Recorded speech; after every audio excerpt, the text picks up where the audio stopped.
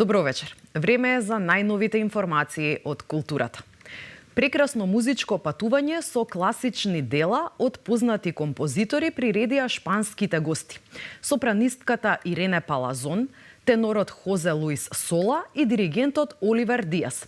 Заедно со домашниот оркестар на традиционалниот василичарски концерт што се одржа во македонската опера и балет.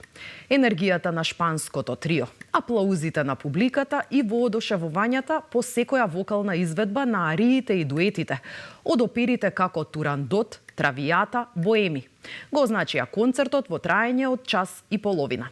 На василичарскиот концерт беше и нашата колешка Ивана Крстеска-Јаневска.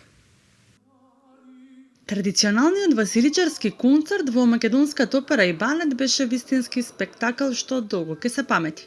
Операта две вечери славеше Василица со гости од Шпанија. Енергичниот диригент Оливер Диас, кој не штедеше пофални зборови за членовите на оркестарот на македонската опера и балет и на гостопримливоста за време на деновите на подготовка на концертот, и со Ирене Палазон сопран и Хозе Луис Сола, тенор, која покажаа шпанската страст со изведбите на сцена.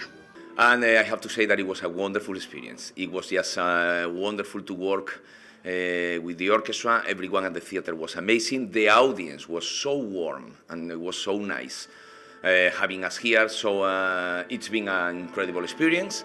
We are almost ready. We can hear from here the orchestra tuning, ready to start this second concert tonight. So I hope everyone will enjoy it a lot.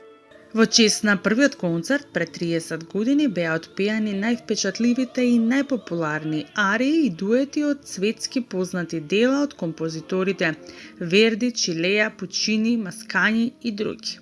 Со добар концепт, со многу работа, желби и како еден почеток на секоја нова година, пред 30 години, на овие денови, 11, 12 или 13, значи за Василица, е осмислен тој концепт да се одржува традицијата на празникот Василица, тоест за нас концертот на Василица. Концертот заврши во свечен и возбудлив дух со долги и громогласни аплаузи.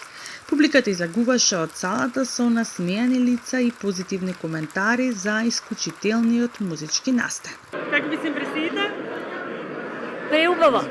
Изворедно. Многу убав настап, ала не кај ми. Супер беше ептен. Долу беше добро. Одлично, навистина, одлични гости, одлични солисти, одличен диригент. Многу беше убаво, навистина. Кратко, меѓутоа многу убаво. Енергија невидена. Прекрасно. Овој концерт беше вистинско музичко доживување за кое уште долго ќе се зборува. Со представата Еволуција на распадот се отвори неделата на независниот театар во Драмскиот театар во Скопје. Работена е според Отело на Вилијам Шекспир, а во продукција на Арт Тема театарска лабораторија. Представата беше прва од 5 што ќе бидат изведени како дел од посветата на независната сцена во Драмски. Признавам дека срамно е за мене вака да сум залуден, но немам доблест, да, немам доблест, да правам, да, доблест.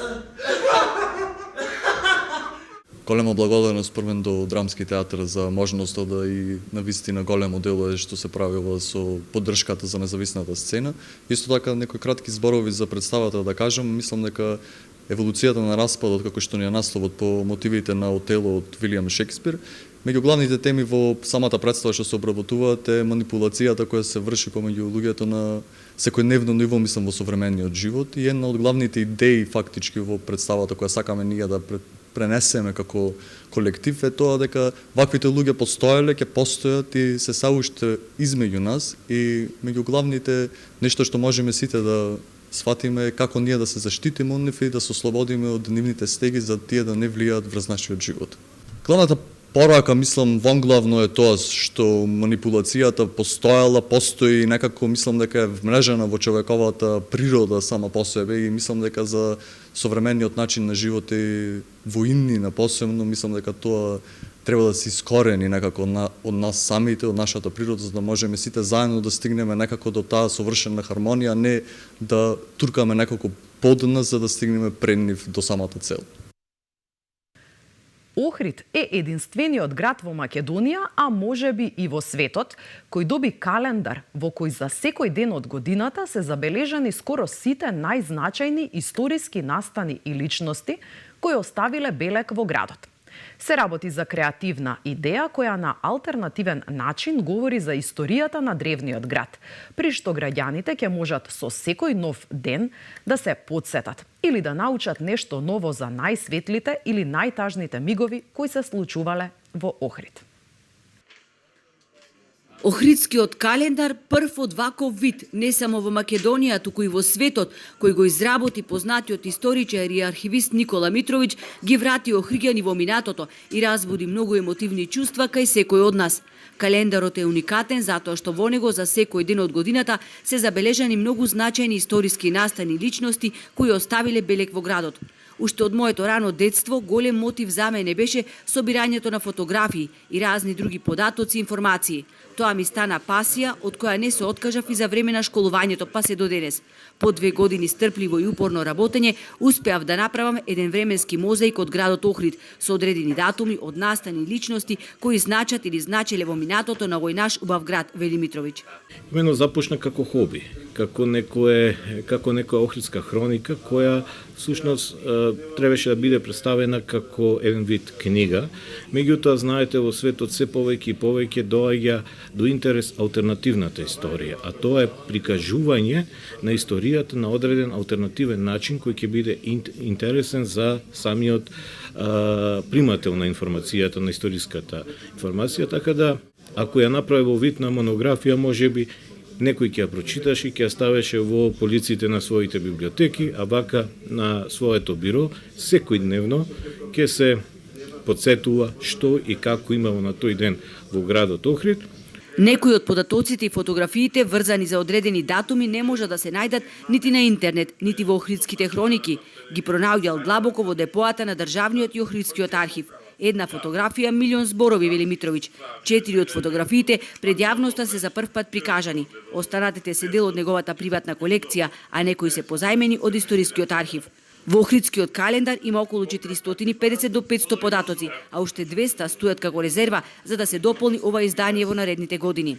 Само 4 датуми се празни и намерно поради временскиот цајтнот кој го немав и знаете како не знаете колку време ви треба да истражите низ историските документи за да пронајдете датум. Некогаш лесно можете да пронајдете некој датум, меѓутоа некогаш трае и со месеци.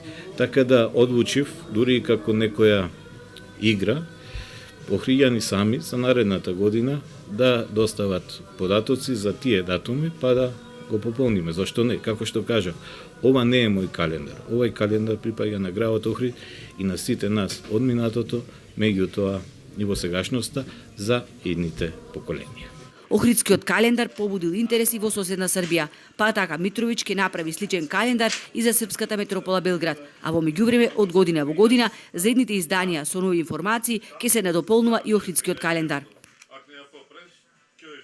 Навистина уникатна идеја на историчарот и хроничар од Охрид Никола Митровиќ.